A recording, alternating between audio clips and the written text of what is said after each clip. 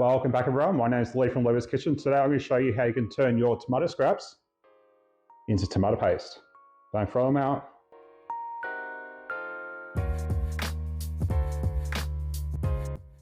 So all we're going to do is we're going to grab our tomato scraps, put them into a pot.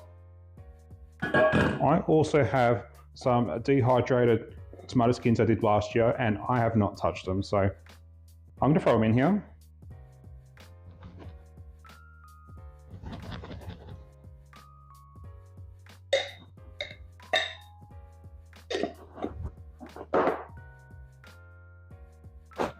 And now we're just going to cover it all with just some water.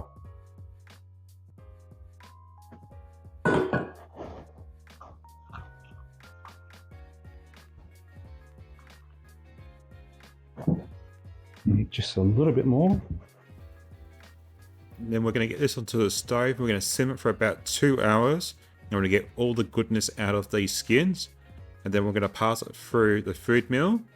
And then we're going to put the skins onto the boil again.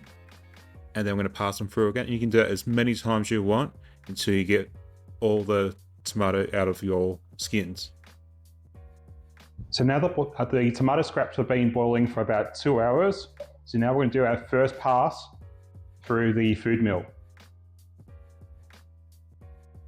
So I just used this food mill for my passata and I say it turns out pretty good. So what we're going to do is we're going to feed the scraps through the feed mill again and extract as much as we can out of it. Then after that, we're going to put the scraps onto the boil again and try to extract even more out of it.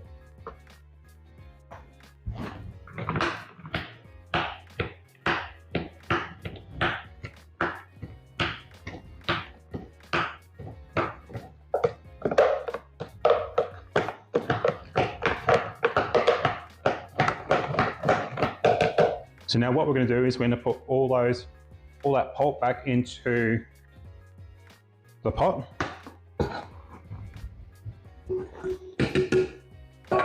And then I save the water from what the tomatoes were in because that's full of flavour.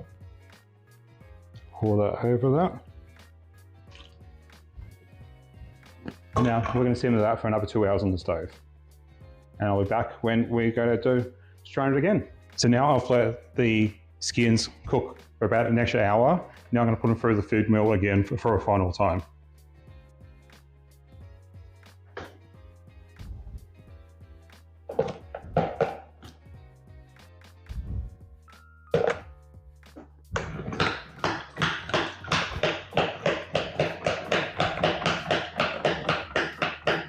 So this is what I got out of it. So it would just really depend on how much water you add and everything to it.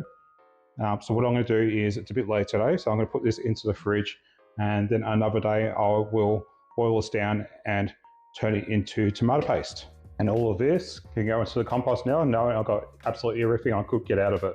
So after processing those tomato skins and getting all that goodness out of it, I decided to put the tomato juice into the fridge, and I decided to do the second step a different day just because I had enough for the day. So firstly, what I'm going to do is I'm going to get my oven preheating. So I'm going to preheat my oven to 180 degrees Celsius, which I think is about 400 degrees Fahrenheit.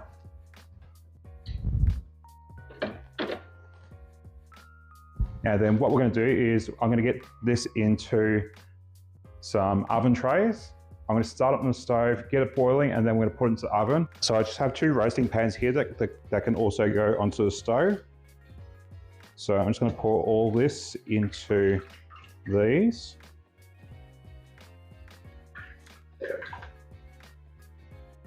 And now I'm just going to put these onto the stove. I'm going to bring them to a boil. And once they're nice and hot, I'm going to put them into the oven. If you don't do this, it'll take too long for it to actually come to a boil in the oven, and it'll just be a lot of wasted time.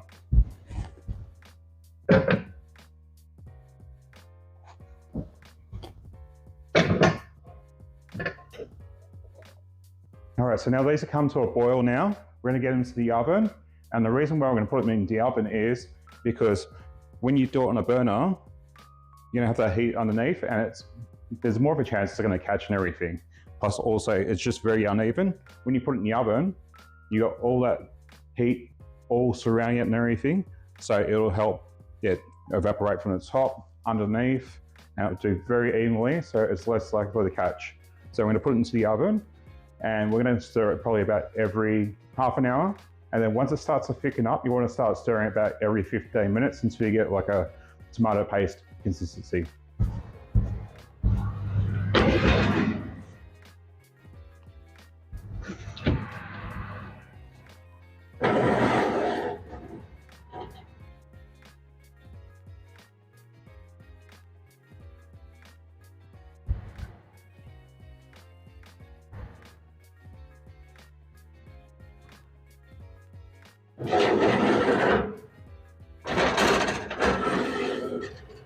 This one's already condensed right down. This one's a lot thicker. This one probably picking up a lot quicker. And so you can see with this one does not have long to go. You just have to be really, very careful with the catching now. But as I said, it's a lot easier to do in the oven than doing it on the stove. So it's pretty thick now. I want to just go just a little bit thicker, and then we're ready to freeze it. All right, so that's the first tray done. I'm not going to push it anymore because I don't want it to catch and burn or anything like that, but it's nice and thick and there's barely any moisture in it. So I'm going to put this one aside, and I'm just going to wait for the other one to thicken up as well. So I'll just take the second one out. And you can see this is completely condensed down. So now what I'm going to do is I'm going to let it cool completely, and then I'm going to show you how to store it. So now the tomato paste has had some time to cool down. Now we're going to fill a mold. So I got these silicone ice trays from Kmart. Kmart Australia is completely different to the US one. It heats better, just so you know.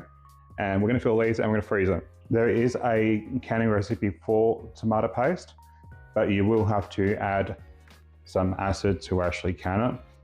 I tend to only be using like a couple of tablespoons at a time, so this is perfect. So I'm just gonna fill these up and I'm gonna freeze them and keep them in the freezer.